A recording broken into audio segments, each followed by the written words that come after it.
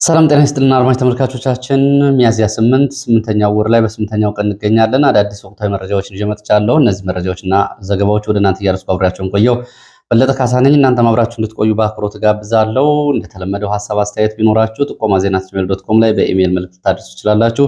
ይህን እያደረጋችሁ ስለሆነ በእጅጉ ነው የማመሰግነው። በርካቶቻችሁ በሚዲያው ተሳትፎ እያደረጋችሁ ነው። ከምርምር ውጤቶች የተመለከታችኋቸውን የታሪክ ማስረጃዎች፣ ፖለቲካዊ ምልከታዎች እንዲሁም ደግሞ ሀሳቦችና አስተያየቶች በየአካባቢው ደግሞ ለማህበረሰቡ ወደ ሚዲያ ቢወጣ ድምጽ ይሆነዋል፣ መፍትሄ ያገኛል የምትሏቸው ችግሮች በሚዲያ እንዲጋለጡ ያደርጋችሁ ስለሆነ በእጅጉ ነው የማመሰግነው። በዚህ ተሳትፏችሁ ጠንክሮ መቀጠል አለበት። እኔም እየተመረጡትን ሀሳብና አስተያየቶቻችሁን፣ ጥቆማዎቻችሁን በዜና መልክ በመረጃ መልክ ካልሆነም ደግሞ በአስተያየት መልክ ወደ እናንተ የማቀርብ ይሆናል። በዚህ በኩል እንግዲህ በርካቶቻችሁ ጥቆማ@gmail.com ላይ በርካታ ሀሳቦችን ልካችሁልኛል። በእጅጉ ነው የማመሰግነው። በሌላ ሰዓት የሚመለስባቸው ይሆናል። ተሳትፏችሁ ግን መቀጠል አለበት። እንግዲህ ከምርምር ውጤቶች የምታውቋቸውን ሰነዶች በሚዲያ ቢቀርቡ ጥሩ ነው የምትሏቸውን እያደረሳችሁ ስለሆነ በእጅጉ አመሰግናለሁ። በተቻለ መጠን ደግሞ ጥቆማዎችን፣ አቤቱታዎችን፣ ቅሬታዎችን ስታቀርቡ ደግሞ ቅሬታ የቀረበበትን ተቋም ኃላፊዎች ስልክ ቁጥር፣ የተቋሙን እንዲሁም ደግሞ አድራሻ ብትገልጹ ጉዳዩን ለማጣራት የሚጠቅም ይሆናል። በርካታ ዩኒቨርሲቲዎች አካባቢ እንደዚሁ ቅሬታዎችን አቅርባቸዋል። እንዲሁም በአዲስ አበባ ከተማ አስተዳደር በተለያዩ ቢሮዎች ላይ እንደዚህ ጥቆማዎችን አቅርባቸዋል። ባህር ዳር በተለያዩ ቦታዎች እንደዚሁ ይህንን ሰጥታችኋል ጥቆማዎችን። በእጅጉ ነው የማመሰግነው። ግን የተሟላ እንደሆነና የአንድ ወገን እንዳይሆን አብራችሁ እነዚህን አድራሻዎች ብታደርሱ የሚመለከታቸውን አካላት ለማነጋገር ሞክራለሁ። መፍትሄ እንዲሰጡም ከሆነ የሚያውቁትም ከሆነ ጉዳዩን እንግዲህ እሱ የሚሆን ከሆነ የተሟላ ምላሽ ይሆናል ማለት ነው። ስለዚህ አድርጉ። በእጅጉ ነው የማመሰግነው።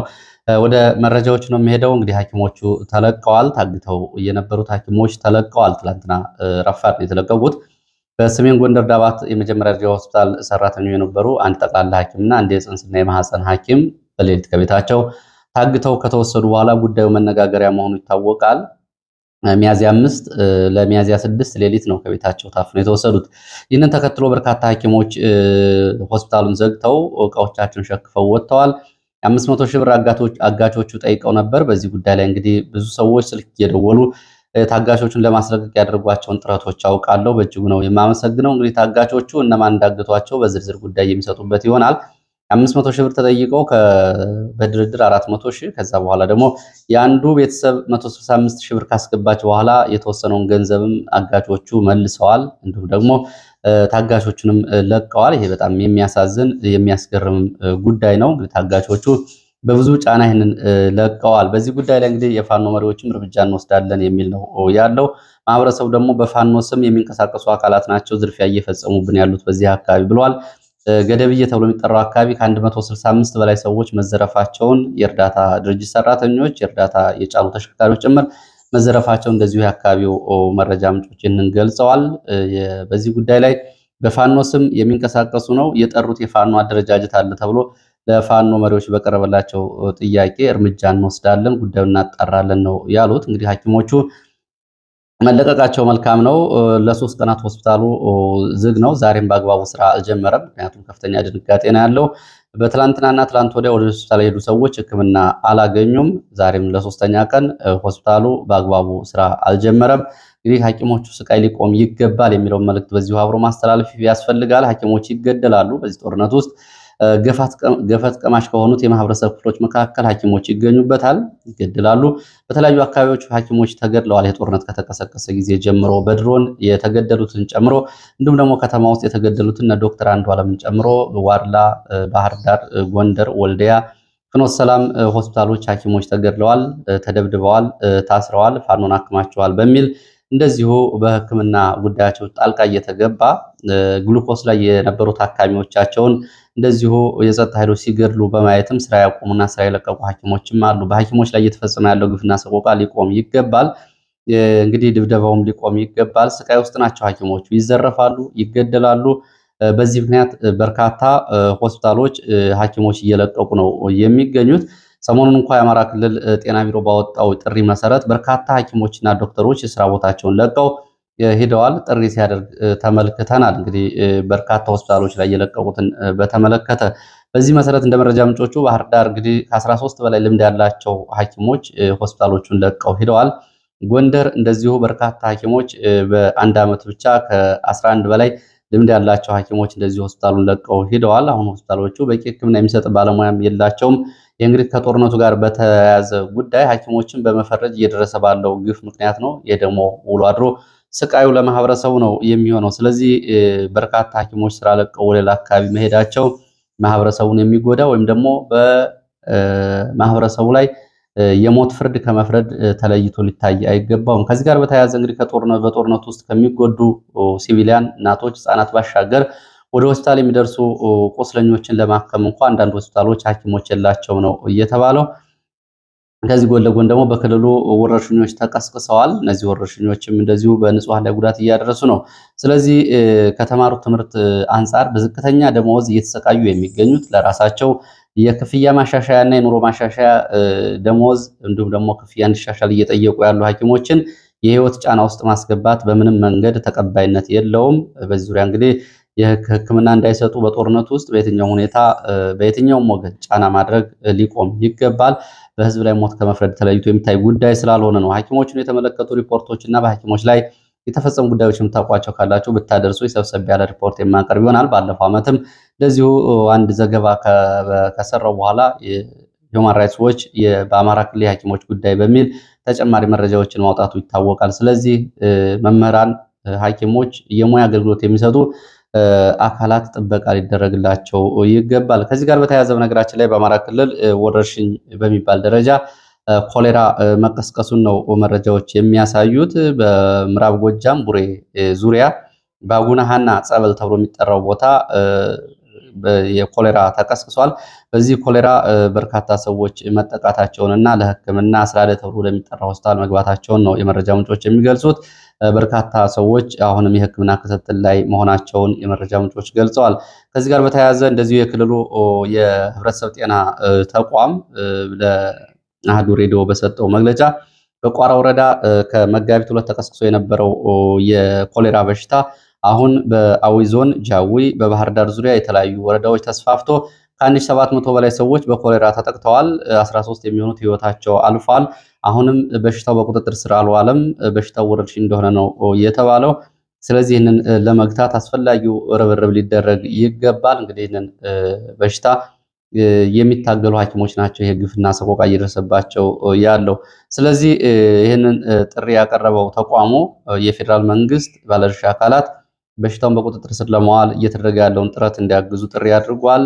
የንጽህና ችግር በተለይ የንጹህ ውሃ አገልግሎትና አለመሟላት የከፋ ችግር አስከትሏል ነው የተባለው። እንግዲህ ከጦርነቱ ጎን ለጎን ማህበረሰባዊ ጦሱ በህብረተሰብ ላይ እየመጣ ያለው ጉዳይ ይህንን ይመስላል። ስለዚህ ለሐኪሞቹ አስፈላጊው ጥበቃ ሊደረግ ይገባል። ወደ ሌሎች መረጃዎች ሲሄድ ዶክተር አክሎግ ቢራራ ቦርከና ላይ እያወጡ ጽሁፍ አለ። በኢትዮጵያ ውስጥ የጦርነቱን ቀውስ በተመለከተ ዓለም አቀፍ ማህበረሰቡ ትኩረት ሊሰጠው ይገባል በሚል በአሰፈሩት ጽሁፍ በጦርነት ላይ ጦርነት ብለዋል። እንግዲህ ዓለም አቀፍ ማህበረሰቡ የትግራዩን ጦርነት በፕሪቶሪያ የሰላም ስምምነት ጦርነቱን አስቆምኩ ቢልም አሁንም አገሪቱ ያለችው በጦርነት ላይ ሌላ ጦርነት ውስጥ ነው ብለዋል ዶክተር አክሎግ ቢራራ። የጦርነቱን አስከፊ ሁኔታም በዚህ መንገድ ገልጸዋል። ገበሬዎች፣ ከብት አርቢዎች፣ ነጋዴዎች፣ ኢንቨስተሮች በዚህ ሁኔታ ውስጥ መቀጠል አልቻልንም በሚል ከፍተኛ ኪሳራ ውስጥ ገብተዋል። ሴቶችም ነጋዴዎችም ከፍተኛ ጫና ውስጥ ነው ያሉት። የውጭ ኢንቨስተሮች እየለቀቁ እየወጡ ነው። ከውጭ ወደ ውስጥ የሚመጡ ኢንቨስተሮችም የሉም። የሀገር ውስጥ ኢንቨስተሮችም ቢሆኑ ለቀው እየወጡ መሆናቸው ነው በጦርነቱ ምክንያት የገለጹት። በተለይ የብር የመግዛት አቅም ከ57 ብር ወደ 145 ብር መዳከሙን ተከትሎ ከፍተኛ የሆነ የኑሮ ጫና ነው በኢትዮጵያ ውስጥ ያለው። ይህንን የዓለም ባንክና የዓለም አቀፉ የገንዘብ ድርጅት IMF ምክረ ሀሳባቸው ኢትዮጵያውያንና የሰሃራ በረሃ ቀጠና ሀገራትን ለአደጋ ዳርጓል ነው የሚሉት። ያው እሳቸው እንግዲህ ዓለም ባንክ ላይ እየሰሩ ስለሆነ ኢትዮጵያ የጦር መሳሪያ ሸማች ሆና ዜጎቿን የማትቀልብ ሀገር ሆናለች ብለዋል። መንግስት በጥይት ዜጎችን ለመግደል ቁርጠኛ ሲሆን ለሰብአዊ ፍላጎት ግን ቁርጠኝነት የለውም ወይም ደግሞ ደንታ የለውም። ታንክ፣ ድሮን፣ ሮኬት እየገዛ ነው ዜጎችን የሚጨፈጭፈው ብለዋል። እንግዲህ ልሂቃን በጎሳና በብሔር የተከፋፈሉ መሆናቸው ደግሞ ለችግሩ የከፋ አስተዋጽኦ አድርጓል። በጋራ ጉዳይ በአንድ ላይ እንኳ ቁመው መካከር ተስኗቸዋል። ለዲሞክራሲ ግንባታና ለዲሞክራሲ ሂደትም በብሔርና በጎሳ የተከፋፈሉ ልሂቃን አስቸጋሪ ሆነዋል። የአገሪቱን ችግር ለመፍታትም አስቸጋሪ አድርገዋል። ኢትዮጵያ አሁንም የረሃብ ተምሳሌት ነች ብለዋል። ኢትዮጵያ አሁንም የረሃብ ተምሳሌት መለኪያ ነች፣ በዛው ቀጥላለች። ትራምፕ እንግዲህ በኢትዮጵያ ለተራቡ ዜጎች እርዳታ እንዲለቁም ጠይቀዋል። ዓለም ዝም ያለው ጦርነትና የህዝብ ህይወት እያናጋ ያለውን ቀውስ ዲያስፖራው እውነቱን በማጋለጥ ለዓለም የማሳወቅ ሚናውን መወጣት አለበት ሲሉ ጥሪ አቅርበዋል። ቢያንስ ተኩስ አቁም እንዲመጣ ዓለም አቀፍ ማህበረሰቡ ዝቅተኛውን ሚናውን እና የሞራል ኃላፊነቱን ሊወጣ ይገባል ሲሉ ቦርከና ላይ ባሰፈሩት ጽሁፍ ላይ ገልጸዋል። ልታነቡት ትችላላችሁ። ሌላው መረጃ እስረኞችን በተመለከተ እስረኞች ያቀረቧቸውን አቤቱታዎችና ያሉበት ሁኔታ የተመለከተ መረጃ ነው። በዝዋይ የሚገኙ እስረኞች በተለያዩ ችግሮች ውስጥ መሆናቸውን ነው የገለጹት። በቂ ምግብ ባለመኖሩ ከፍተኛ በሆነ በረሃብ እየተሰቃዩና ረሃብም ደግሞ ለበሽታ እያጋለጣቸው መሆኑን፣ የሕክምና ችግር አለ በእስር ቤት ውስጥ እንዲሁ ሐኪሞቹም ሕክምና የሚሰጡትም የስነ ምግባር ጉድለት ያለባቸው በመሆናቸው ታካሚዎችን የሚያሳቅቁ በመሆናቸው በቂ ሕክምና ማግኘት አልተቻለም። እስረኞች ላይ ተደጋጋሚ ድብደባዎችና ቅጣቶች ይፈጸማሉ። ይህም እንግዲህ የተፈጸመ ከሚገኘው በደል አንዱ ነው። በእስር ቤቱ ውስጥ የተሟላ ውሃ አገልግሎት የለም። ውሃ ባለመኖሩ ለተለያዩ የጤና ችግሮች እስረኞቹ ተጋልጠዋል። መብራት እንደዚሁ ባለመኖሩ እሱም ሌላ ችግር ሆኗል። የቤተሰብ ጥበቃን በተመለከተ እንዲሁም ደግሞ ከቤተሰብ የሚሰጥን ገንዘብ በተመለከተ የተለያየ ጫና እየተፈጠረ በእስር ቤቱ አስተዳደር ቤተሰቦች ጠያቂዎችም እየተንገላቱ ነው። እስረኞችም ከቤተሰቦቻቸው የሚመጣላቸውን ድጋፍ ማግኘት አልቻሉም የሚሉ ቅሬታዎችን አቅርበዋል። በወቅቱም ፍርድ ቤትም አለመቅረብ አንዱ ፈተና ሆኗል። ይግባኝ ለመጠየቅና ክርክር ለመጀመር የሚፈልጉ እስረኞች ገብረመድን በሚባል ሰው ይሄ ቀጠሮ ነው ደግሞ በይግባኝ ምክንያት ፍርድ ቤት ቀርበው ይግባኛቸውን እንዳይቀጥሉ እንዳይከራከሩ እየተደረጉ ነው። በዚህ ምክንያት ከፍተኛ ቅሬታ እንዳላቸው አቅርበዋል። እንግዲህ ትላንትና የእስር ቤቱ አስተዳደሮች ይህንን ጉዳይ እንፈታለን በሚል ስብሰባ አድርገው ነበር። እዚህ ግባ የሚባል መፍትሄ ግን ሀሳብ አልሰጡም ለእስረኞቹ ነው የተባለው። ትግራይ ከፍተኛ የሆነ የነዳጅ እጥረት ገጥሟታል ነው የተባለው። ወደ ትግራይ የሚገባው ነዳጅ መጠኑ በእጅጉ በመቀነሱ በክልሉ ማህበራዊና ኢኮኖሚያዊ ቀውስ ተከስቷል። የክልሉ ባለስልጣናት ከፌዴራል መንግስት ባለስልጣናት ጋር በተደጋጋሚ በጉዳዩ ላይ ቢነጋገሩ መፍትሄ አልተገኘም ነው የተባለው። ባለፈው በህወሓት ቡድኖች መካከል በነበረው ፖለቲካዊ ሽኩቻ ምክንያት ወደ ክልሉ በቀን እስከ 16 ቦቲ ነዳጅ ይገባ ነበረ። አሁን ግን ከፍተኛ 3 ቦቲ ነዳጅ ነው እየቀረበ ያለው። ይህም እንግዲህ ለሕክምና ተቋማት ብቻ እየተሰጠ ነው የሚገኘው። ሌላው የህብረተሰብ ክፍል በከፍተኛ የነዳጅ እጥረትና ኢኮኖሚያዊ፣ ማህበራዊ እንቅስቃሴው ችግር ውስጥ ገብቷል ነው የተባለው። ብሔራዊ ተሃድሶ ኮሚሽን በትግራይ በአማራና በኦሮሚያ 20,253 የቀድሞ ተዋጊዎችን ወደ ማህበረሰቡ ቀላቅያለሁ ብሏል። 20,253 የቀድሞ ታጣቂዎችን ወደ ማህበረሰቡ ቀላቅያለሁ ብሏል። ደብረ ዘይት እየተደረገ በሚገኝ ስብሰባ ላይ ያቀረበው ሪፖርት ነው። ተሃድሶ ኮሚሽኑ በፖለቲካ ሽኩቻ ምክንያት በትግራይ ያለውን የትጥቅ ማስፈታት ሂደት ባለፈው ጥቅምት እንዳቋረጠም ገልጿል። መቼ እንደሚቀጥልም አልታወቀም። እንግዲህ በትግራይ የሚገኙ ታጣቂዎች እስከ 8 ቢሊዮን ብር ድረስ ከፌዴራል መንግስት በሚበጀተው በጀት ወታደራዊ ስምሪት በካምፕ ውስጥ እንዲሁም ወታደራዊ እንቅስቃሴ ውስጥ እያደረጉ ነው የሚገኙት። ይህንም ባለፈው ጌታቸው ረዳ ይህን ያክል በጀት ለታጣቂዎች እየዋለ ይገኛል። ሌላው በክልሉ የሚደረገው አጠቃላይ የማህበራዊ ፖለቲካዊና ኢኮኖሚያዊ እንዲሁም ደግሞ የመልሶ ግንባታ ሂደቱ ተቋርጧል በታጣቂዎቹ ምክንያት ነው እየተባለው። አሁንም እንግዲህ ከ260 ሺህ በላይ ታጣቂዎች በትግራይ ክልል ይገኛሉ። እስከ ትጥቃቸው ትጥቅ መፍታት የነበረባቸው ቢሆንም በተለያዩ የፖለቲካ ሽኩቻዎች ምክንያት እንዳይሆን ተደርጓል ነው የተባለው። ወደ ሌሎች መረጃዎች ሄዳለሁ። ወደ ሌሎች መረጃዎች ሲሄድ ኦነግ ዛሬ በተለያዩ ግንባሮች መጠነ ሰፊ ውጊያ እያደረገ መሆኑን የሚገልጹ መረጃዎች ናቸው የወጡት። ዘመቻ ሺህ ግንባሮች በሚል በትላንትናው ሚያዝያ 7 ጀምሮ ኦነግ ሸኔ ወይም ደግሞ የኦሮሞ ነጻነት ሰራዊት በተለያዩ ግንባሮች ወታደራዊ ዘመቻዎችን እያደረገ ይገኛል። ዘመቻው በተለያዩ ቦታዎች መስዋዕትነት ለከፈሉ በሺህ የሚቆጠሩ ታጣቂዎች መታሰቢያ ነው የሚሆነው ብለዋል። እንደ ወለጋ አካባቢ ያሉ የመረጃ ምንጮች ዛሬ በበርካታ አካባቢዎች ውጊያዎች እየተደረጉ ይገኛሉ። ከኦነግ የቅርብ መረጃዎች ሰማን ባሉት መሰረት ከ180 በሚበልጡ የኦሮሚያ ክልል የተለያዩ አካባቢዎች ተኩስና ውጊያ ከማለዳ ጀምሮ እየተደረገ ይገኛል ነው የተባለው። ይሄ እንግዲህ በመንግስት ሰራዊት ላይ ከፍተኛ ጫና ያደርሳል። የመንግስት ኃይል ወታደራዊ ስምሪቱ እንዲዛባ፣ የግንባር ዘመቻ እንዲፈተን፣ ኃይል እንዲዳከም፣ ግንኙነት እንዲቋረጥ፣ ሰራዊቱ ጫና ውስጥ እንዲወድቅና የመሳሪያ ተተኳሽ የወንድሙ ወታደራዊ እዝና ሰንሰለት ስምሪትን በእጅጉ ያስተጓጉላል ነው የተባለው። የመሳሪያም የሰራዊት እጥረትም እንዲገጥመው ያደርጋል። በዚህ መንገድ እንግዲህ ዘመቻ አድርገን ውጤት እናመጣለን በሚል ዘመቻ ጀምሯል ኦነግ። በተለያየ ጊዜ ፋኖም እንደዚሁ እንግዲህ በስያሜ የሚታወቁ ዘመቻዎችን ማድረጉ ይታወቃል። አሁንም ዘመቻ ላይ ነው የሚገኘው። ከነዚህ መካከል ዘመቻ ውባንታ አባተ፣ ዘመቻ ናሁሰናይ፣ ዘመቻ መቶ ተራሮች፣ ዘመቻ አንድነት፣ ዘመቻ ኮሎኔል ታደሰና ሌሎች ዘመቻዎች በተለያዩ ቦታዎች ፋኖ መሪዎች መስዋዕትነት በከፈሉ በእነሱም በርካታ ዘመቻዎች ሲደረጉ ነው የቆዩት። አሁንም እየተደረጉ ነው የሚገኙት። ይሄ ጉዳይ እንግዲህ የመንግስትን ኃይል በእጅጉ ፈትኗል ነው የተባለው። ወደ ሌሎች መረጃዎች አልፋለሁ። ትላንትና በአማራ ክልል የፖሊስ ኮሚሽነሮች ሹመት ተሰጥቷል። ይህንን በተመለከተ በቀጣዩ ይደረጋል የተባለውን ዘመቻ በተመለከቱ እንደዚሁ ያሉ መረጃዎችን ላጋራችሁ።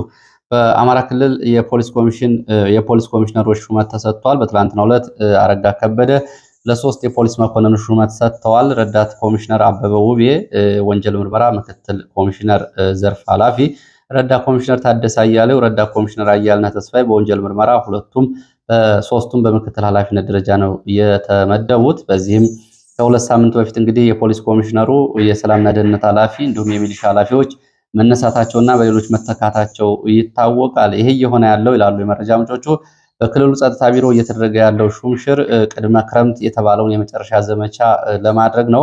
በቀጣዩ ዘመቻ አዲስ ኃይል እና አመራር ድልድል ያስፈልጋል ተብሎ በኮማንድ ፖስቱ አቅጣጫ መሰጠቱን ተከትሎ የአድማ ብተና አመራሮች ምደባ እስከታችኛው ድረስ በአዲስ ይዋቀራል። ይህም እንግዲህ ሹመቶችም ይሰጣሉ፣ ሰሞኑን ምደባዎች ይደረጋሉ ነው የተባለው። የሚቀጥለው ክረምት ከመምጣቱ በፊት የመጨረሻ የተባለ ዘመቻ ይደረጋል ተብሏል። የክልሉ ኃይል 100% ይሳተፍበታል። ከመከላከያ እግረኛና መካናይዝድ እንዲሁም ደግሞ አየር ኃይል ጭምር የሚሳተፍበት ዘመቻ ይደረጋል ነው ያሉት የመረጃ ምንጮቹ። እንግዲህ ከክረምቱ በፊት እናደርጋለን የተባለው ዘመቻ ክረምቱ ከገባ ፋኖ ይፈትነናል፣ የከፋ ጉዳት እናስተናግዳለን፣ ሰራዊት ማንቀሳቀስ እና ሎጂስቲክ ማጓጓዝ አንችልም። ስለዚህ ይህንን ዘመቻ ክረምት ከመግባቱ በፊት ማድረግ አለብን በሚል መጠነ ሰፊ ዝግጅት እየተደረገ መሆኑን ነው የተገለጸው። ከክረምቱ በፊት ይደረጋል የተባለ የመጨረሻው ዘመቻ የብልጽግና የሚዲያ ሰራዊትም እንደዚሁ በዲጂታል ሚዲያው እና እንዲሁም ደግሞ በፕሮፓጋንዳም አብሮ ስምሪት ይወስድበታል እየተባለ ዘመቻ ነው ተብሏል። የከተማ አስተዳደሮች በዚህ ዘመቻ ውስጥ ላሉ እና ለሚሳተፉ የጸጥታ መሪዎች እና የሚሊሻ፣ የአድማ ብተና፣ የመከላከያ፣ የፖሊስ አባላት የቤት መስሪያ ቦታ እንዲሰጧቸው ይሄም እንግዲህ ማባበያ መሆኑ ነው ማቅረብ አለባቸው በሚል መገጣጠሚያ ደብዳቤዎችን ይዘው በየአካባቢው ይህን እያደረጉ መሬት እንዲሰጣቸው እነሱም በዘመቻው በርተው እንዲቀጥሉ የሚል አቅጣጫ ተቀምጧል ብለዋል። በዚህ መሃል ግን ብልጽግና አሁንም አይሳካልኝም ወይ ደግሞ ችግር ገጥሞኛል ብሎ የገመገመው ጉዳይ አለ። ይህም እንግዲህ ከስምሪት ቀጠና የሚወጡ የሚጠፉ ተዋጊ ኃይልና በተመለከተ ነው። በተደጋጋሚ ሰልጥነው ከወጡት ጭምር በርካታ ኃይል እየጠፋ ነው የሚገኘው። ለዚህም እንግዲህ አዲስ መፍትሄ ተብሎ የተቀመጠው ቤተሰቦቻቸው ላይ ቅጣት ወይም ደግሞ ተጠያቂነትን ተግባራዊ ማድረግ ነው። እስከ ትጥቁ የከዳ ወይም ደግሞ የጠፋ የመንግስት ኃይል ካለ የመንግስት ንብረት ወስዷል ተብሎ ቤተሰቦቹ በጥፍ እንዲከፍሉ ማድረግ አለብን የሚል አቅጣጫ ተይዟል ተብሏል። ባለፈው ስልጠና ወስደው በተሰማራ ኃይል በርካታ የአድማ ብተና አባላት እንግዲህ ከነትጥቃቸው ጠፍተዋል። በተለይ በዚህ በመተማና አካባቢው በርካታ የአድማ ብተና አባላት መጥፋታቸው ከፍተኛ ድንጋጤ ፈጥሯል ነው የተባለው። እንግዲህ ለዚህ ዘመቻ ደግሞ የአመራር ውህደት እና መፍጠር ያስፈልጋል። ሁሉም የፖሊስ ኮሚሽን፣ የአድማ ብተና፣ የመከላከያ አባላት ከከተማ ውጭ ነው በግንባር ይህንን ዘመቻ መምራት አለባቸው። ወደ ካምፕ መውረድ አለባቸው። ተሽከርካሪዎችን ይዘው ከተማ ውስጥ መንቀሳቀስ የለባቸውም የሚል አቅጣጫም ተሰጥቷል ተብሏል። እንግዲህ ከስምሪት ቀጠና ከመውጣት ጋር በተያያዘ በመተማ እንግዲህ ትላንትና 12 የአድማ ብተናና የመከላከያ አባላት በአካባቢው ከነጥቃቸው የፋኖ ኃይልን ተቀላቅለዋል። በጌምድር ክፍለ ጦር መቀላቀላቸውን የገለጹት የመረጃ ምንጮች እነዚህ በተለይ የመከላከያ አባላቱ ስለ ጦርነቱ እየተነገረን ወይ ደግሞ የተሰጠን ግንዛቤ መሬት ላይ ካለውና ግንባር ላይ ከገጠመን ጉዳይ በእጅጉ የተለየ ነው የሚል አስተያየት ነው የሰጡት። አንድም ጊዜ ፋኖ ዲሽቃና ሞርተር ታጥቋል ተብለን አልተነገረንም። አሁን ግን ውጊያ ላይ ያየነው እሱን ነው። እውነታውን አልነገሩንም። ፋኖ ኋላ ቀር መሳሪያ ይዞ የሚዋጋ የተበተነ ኃይል ነው፣ የግንባር ውጊያም አያደርግም ተብለን ነው ግንዛቤ የተፈጠረው። መሬት ላይ ያለው እውነታ ግን ፋኖ ዲሽቃም ሞርተርም ይዞ ነው እየተዋጋን የሚገኘው። ይሄ እንግዲህ ላልሰማው ሰራዊትም ጭምር ይህን መንገር ነበረባቸው። ይህንን ቀለል አድርገው እያመጡ ነው እሳት ውስጥ እየማገዱ ያሉም ብለዋል። ኮኪት መተማ ከአድማ ብተና ከ114 በላይ የአድማ ብተና አባላት እንግዲህ መጥፋታቸው ነው የታወቀው። በዚህ ምክንያት ሌሎቹ ትጥቅ መታጠቅ አትችሉም፣ ውጊያ ካለ ብቻ ትጥቅ ይሰጣቸዋል በሚል በካምፕ ውስጥ ይገኛሉ ነው የተባለው። ባለፈው እንግዲህ ለውጊያ ሲንቀሳቀሱ ወደ 70 የሚሆኑት መጥፋታቸውን ተከትሎ የስነ ልቦና ጫና ውስጥ የገባውን ቀሪውን ኃይል ወደ ካምፕ መልሰው ስልጠና እየሰጡ እንደነበር ታውቋል። እንግዲህ በዚህ ቀጠና መሳሪያ ሳይይዙ ለ3 ሳምንት መቆየታቸው እንደዚሁ የአመኔታ ችግር ፈጥሮባቸዋል ተብሏል። በአድማ ብተና አባላቱ ሌሎች ሰራዊቱን ለማገዝ ከኦሮሚያ ልዩ ኃይል በመከላከያ ዩኒፎርም የመጡ ሌሎችም ታጣቂዎች በክልሉ የሚንቀሳቀሱ ታጣቂዎች ጭምር ወዲያውኑ መሳሪያ ተሰጥቷቸው ከመከላከያ ጎን ተሰለፉ ሲባሉ በአግባቡ የሰለጠነው የአድማ ብተና አባል ግን መሳሪያ አይሰጣቸውም ተብሏል። እንግዲህ በእርግጥ ከተመደቡ 760 ገደማ ከ100 በላይ የሚሆኑት መጥፋታቸውን ተከትሎ ነው የተባለው። በዚህ በመተማ ቀጠና ወደ ቋራ አዲስ ወታደራዊ እንቅስቃሴ አለ ተብሏል። በቋራ ሽንፋ ወደ መገንጠያ ዱባባ ቁጥር 2 እና ቁጥር 4 በርካታ የእግረኛና የመካናይዝድ ኃይል ዛሬ እየተንቀሳቀሰ ነው የሚገኘው ብለዋል። እንግዲህ በዚህ ቀጠና እስካሁን ውጊያ አልተቀሰቀሰም ዛሬ ረፋድ። ሆኖም ግን ከፍተኛ እንቅስቃሴ መኖሩን ተከትሎ ውጊያ ሊቀሰቀስ ይችላል የሚል ስጋት አላቸው የመረጃ ምንጮቹ። በትላንትናው ዕለት ዳንግላ ሁለት ቦታዎች ላይ ከዳንግላ ወደ ኮሶበር እንዲሁም ደግሞ ከዳንግላ ወጣ ብሎ ቦታዎች ላይ የደፈጣ ጥቃቶች ተፈጽመዋል። በእነዚህ የደፈጣ ጥቃቶችም በወታደር ፓትሮል ላይ በተፈጸመ የደፈጣ ጥቃት በርካታ ወታደሮች ሙትና ቁስለኛ ሆነዋል ተብሏል። ይህንን በተመለከተ የአገው ምድር ክፍለ ጦር ቃል አቀባይ በዚህ በሁለቱ ቦታዎች በተፈጸሙ ጥቃቶች ቢያንስ 18 የሚደርሱ የመንግስት ወታደሮች ሙትና ቁስለኛ ሆነዋል፣ ተሽከርካሪም ጉዳት ደርሶበታል ብሏል። ሰሜን ወሎ ጋሸና ከተማ አቅራቢያ አርቢት አጤ ውሃ ተብሎ የሚጠራ ቦታ እንደዚሁ ለ3 ሰዓታት የቆየ ተኩስ ሲደረግ ነበር። የመንግስት ኃይሎች ተከታታይ ተኩስ ያሰሙ ነበር አጤ ውሃ አቅራቢያ ብለዋል የመረጃ ምንጮቹ። ፋኖ በአቅራቢያው መጥቷል በሚል ነው ይህንን ተኩስ ያደርጉ የነበረው። ያጸፋ ምላሽ ግን አልተሰጣቸውም። ከዛ ቀደም ብሎ የነጃ ተብሎ የሚጠራው ከተማ አቅራቢያ የሚሊሻ አባላትና የአድማ ብተና አባላት ላይ አሰሳ ላይ ያሉ ድንገተኛ ጥቃት መፈጸሙን ተከትሎ ጉዳት ካስተናገዱ በኋላ ነው የትላንቱን ተኩስ ሲያሰሙ የነበረው ነው የተባለው።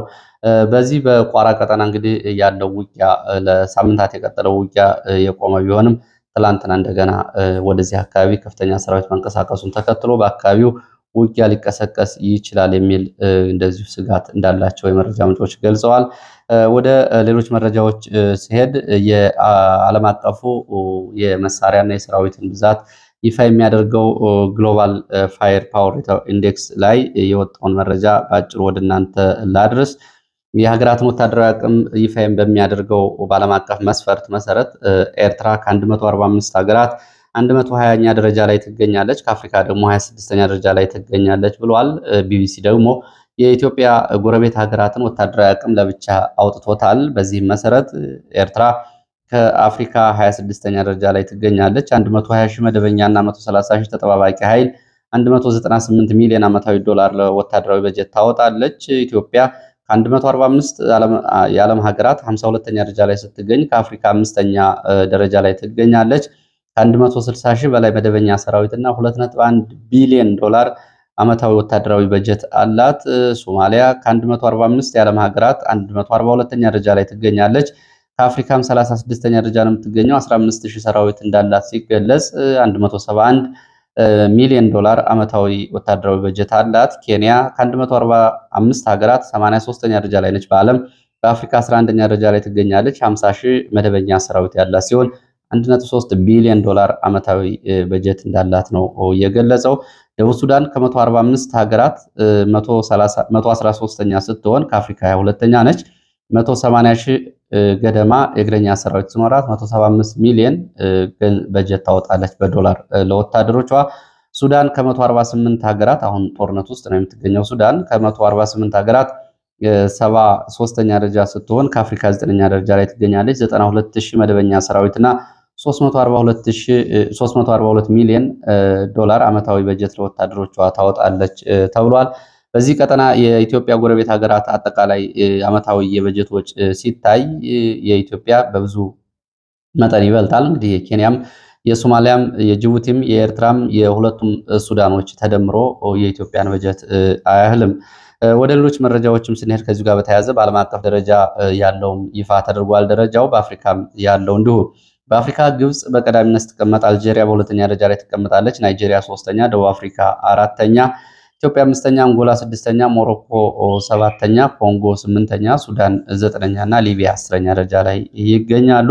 በዓለም አቀፍ ደረጃ ደግሞ አሜሪካ አንደኛ ስትሆን ሩሲያ ሁለተኛ፣ ቻይና ሶስተኛ፣ ህንድ አራተኛ፣ ደቡብ ኮሪያ አምስተኛ፣ እንግሊዝ ስድስተኛ፣ ፈረንሳይ ሰባተኛ፣ ጃፓን ስምንተኛ፣ ቱርክ ዘጠነኛ፣ ጣሊያን፣ ብራዚል፣ ፓኪስታን እያሉ ደረጃው ይቀጥላል። ሁለቱ ባላንጣ ሀገራት ኢራን እና እስራኤል 15ኛ እና 16ኛ ደረጃ ላይ ሆነዋል። እስራኤል 15፣ ኢራን 16ኛ ደረጃ ላይ ይገኛሉ። ወደ አፍሪካ ቀንድ መረጃዎቻችን ስንሄድ አፍሪካ ቀንድ መረጃዎቻችን የሱዳንና የሶማሊያ አጫጭር መረጃዎችን ወደ እናንተ ላድርስና የዕለቱን መረጃዬን አጠናቅቃለሁ። በአፍሪካ ቀንድ በተለይ የሶማሌላንድ አካል የነበረችው ሱል የተባለችው ግዛት ከሶማሌላንድ ወደ ሶማሊያ ፌዴራል መንግስት ተቀላቅላለች ተብሏል። በትላንትናው ዕለት ጉብኝት ያደረጉት የሶማሌ ፌዴራል መንግስት ባለስልጣናት ይቺ ግዛት ወደ በይፋ መቀላቀሏን ገልጸዋል። ሱል የፌዴራል መንግስቱ አካል ግዛት የሆነችው በትላንትናው ዕለት ሲሆን ከ8 ወራት በፊት ነው እንግዲህ ወደ ሶማሌላንድም በጎሳ መሪዎች አማካኝነት መታ የነበረው። እንግዲህ አንድ ግዛት ወደ አንዱ በ8 ወራት ውስጥ የሚለዋወጥበት ሁኔታ ነው ያለው። ምን ያክል የፖለቲካ ለመረጋጋት እንዳለ የሚያሳይ ነው። በሱዳን ጉዳይ በለንደን እየመከሩ የሚገኙት ጎረቤት ሀገሮችና ባለድርሻ አካላት ሳውዲ አረቢያና በተለይ አረብ ኤሚሬትስ የተባበሩት አረብ ኤሚሬትስ የተለያየ አቋም ይዘዋል ነው እየተባለው። በዚህ ላይ እንግዲህ ኢትዮጵያን ጨምሮ የሱዳን ጎረቤት ሀገራት እነ ግብፅም ተገኝተዋል ነው እየተባለው። ሳውዲ አረቢያ ትይዩ የሚባል መንግስት ምስረታ መደረግ የለበትም ስትል በጽኑ አውግዛለች። አረብ ኤሚሬትስ ደግሞ በብዙ መልኩ በሲቪል ተወካዮች የሚመራ የፖለቲካ አስተዳደር መዋቀሩ የሚደገፍ ነው ብለዋል። እንግዲህ አረብ ኤሚሬትስ በመሐመድ ደጋሎ ቡድን በኩል 4 ቡድኖችን የያዘ ትይዩ መንግስት እንዲመሰረት በኬንያ ሁለተኛ ዙር ኮንፈረንስ እንዲደረግም ድጋፍ እያደረገች ነው የምትገኘው። ሳውዲ አረቢያ ደግሞ በሱዳን ውስጥ ምንም አይነት ትይዩ መንግስት መቋቋም የለበትም ስትል አውግዛለች። ሳውዲ አረቢያ የጀነራል አልፈታህ አልቡርሃን ደጋፊ ስትሆን አረብ ኤሚሬትስ ደግሞ የጀነራል መሐመድ ደጋሎ ደጋፊ ነች። በዚህ ጉዳይ እንግዲህ የሱዳን ቀውስ ከዕለት ወደ ዕለት እየተባባሰ በርካታ ሰዎችም ህይወታቸውን እያጡ ነው የሚገኙት። በሱዳን ጉዳይ ኢትዮጵያም እንደዚሁ አስተያየት ሰጥታለች። በአምባሳደር ሬድዋን ሁሴን ተወክላ እንግሊዝ የተገኘችው ኢትዮጵያ ሁሉንም አቃፊ እና አካታች የሆነ ውይይት በሱዳን ሊከፈት ይገባል፣ የሚጠቅመው ይሄ ነው ብላለች። በዚህ ላይ እንግዲህ ለኢትዮጵያ ሁሉንም ያቀፈና ሁሉንም አካታች የሆነ ውይይት አይጀመርም ወይ ይህንን ሳታደርጉም ወይ ተብለው ቢጠየቁ መልሳቸው ወታደራዊ አቅም አለን ሌላውን እንደፈጣለን የሚል እንደሆነ ምንም ጥርጥር የለውም። ምክንያቱም እሱ እየሆነ ስለሆነ ያለው አካታች የፖለቲካ ውይይት የጠረጴዛ ድርድር ኢትዮጵያ ውስጥ ላለው ችግር መፍትሄ የሚያመጣ ነው ብዙዎቹ አስተያየት ይሰጣሉ። መንግስት ግን ይህንን እጅ ስጡ ታጣቂዎች በመንግስት ስር ይምጡ ከማለት ባለፈ ለዚህ ሀቀኛ ድርድር ዝግጁ አይደለም። ለሰዓት የነበሩኝ ዋና ዋና መረጃዎች እነዚህ ነው የሚመስሉ። ስለተከታተላችሁ በእጅጉ አመሰግናለሁ። በሌላ ተመሳሳይ መርሃ ግብር እስከምንገናኝ ድረስ መልካም ጊዜ